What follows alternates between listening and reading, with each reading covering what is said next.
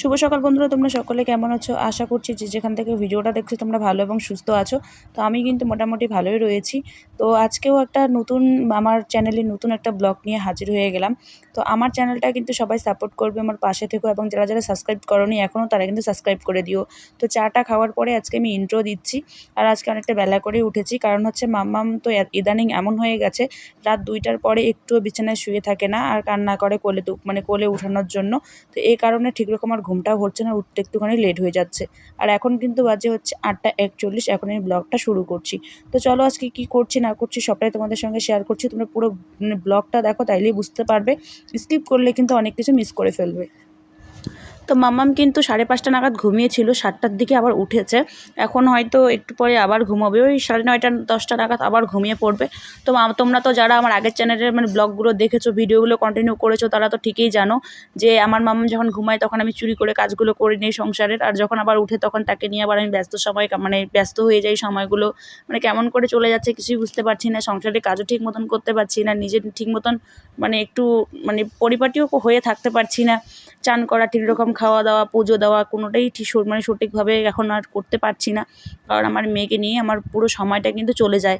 তো ওই সকালবেলা তোমাদের দাদাভাইকে একটুখানি চা করে দিচ্ছি, আর আমি কিন্তু চাটা খাওয়ার পরেই ইন্ট্রোটা শুরু করেছিলাম। তো তারপর তোমাদের সঙ্গে বাকিটা শেয়ার করছি। তো তোমরা একটুখানি ম্যানেজ করে নিও, জানি গোলমাল হবে তোমাদেরও বুঝতে বা দেখতে, তবে তোমরা একটুখানি ম্যানেজ করে নিও। আর আমি প্রতিদিন কিন্তু ব্লগ দেওয়ার চেষ্টা করছি এই নতুন চ্যানেলটাতে, কারণ আমি আগের চ্যানেলে রোজ দিন ভিডিও দিয়েও যে বাসটা খেয়েছি, যে লেভেলে ধাক্কাটা খেয়েছি, সেটা সামলাতে আমার ভালোই সময় লাগবে, কারণ আমি আদৌ ওই চ্যানেলটাকে ভুলতে পারছি না। তো সকাল সকাল মামাম তো ঘুমিয়ে পড়েছে, এখন আমি তো চা খেয়েও নিয়েছি, তোমাদের দাদাভাইকে এখন চা দিচ্ছি।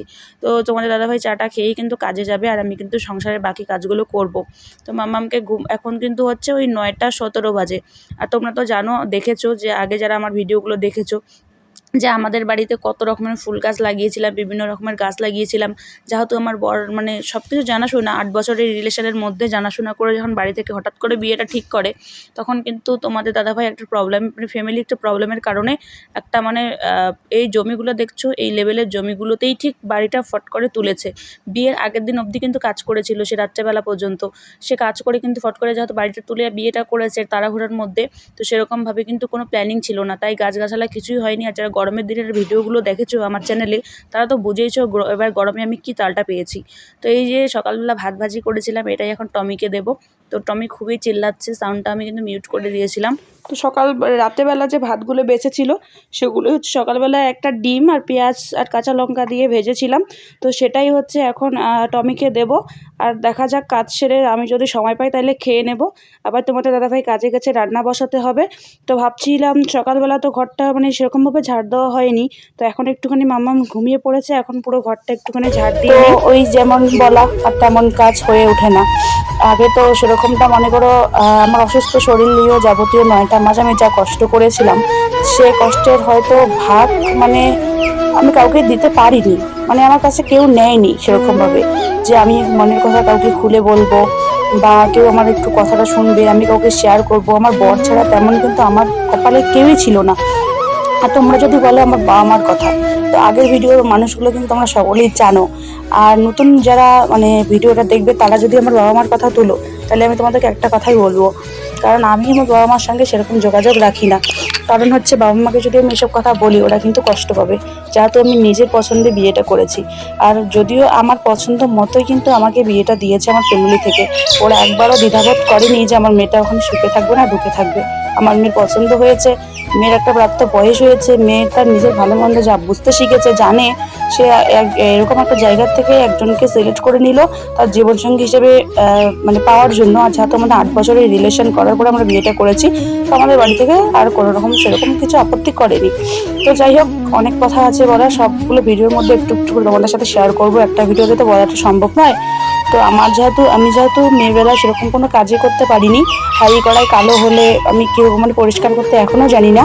তো আমি একটা টিপস আমাকে দিদি একটা বলেছে, তো ওই দিদির টিপসটা শুনে আমি কিন্তু এই কড়াই দুটোতে লেপে রেখেছিলাম, যে পরে ধুয়ে দিলে নাকি ওটা লেপে চুন আর কি যেন কয়েকটা নাম বলেছিল, তো আমি অতগুলো পাইনি। চুন আর হচ্ছে ওই একটুখানি খাওয়ার সোডা, আর যে সার্ফগুলো দিয়ে আমরা যে কাপড়গুলো ধুই, সেগুলো মেখে কড়াই যে কালো কালো দাগ হয় ওগুলোতে লেগে দিয়েছিলাম।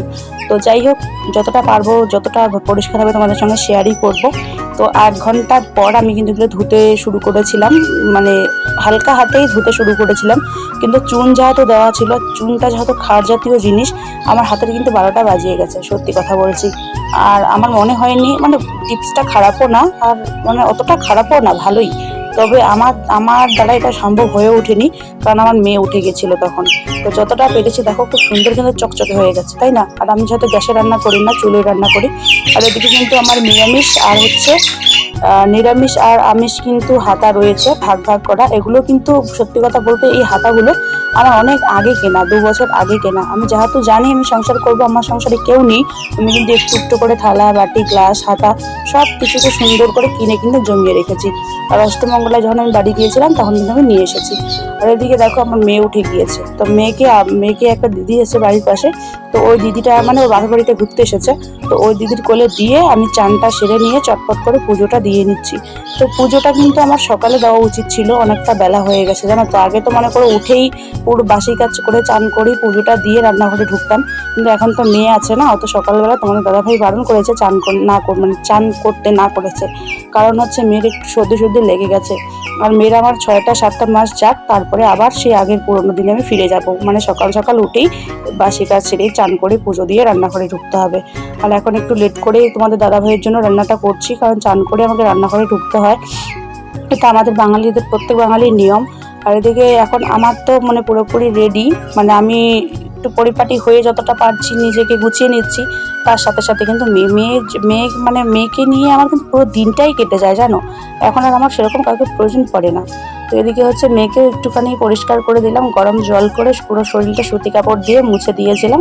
মুছে দেওয়ার পরে এখন মেয়েকে একটুখানি ক্রিম আর ওই একটুখানি মাথায় তেল দেবো। তো যাই হোক, হিমালয়াটাই আমি ব্যবহার করছি আপাতত মেয়ের কাছে, মানে মেয়েকে দিচ্ছি।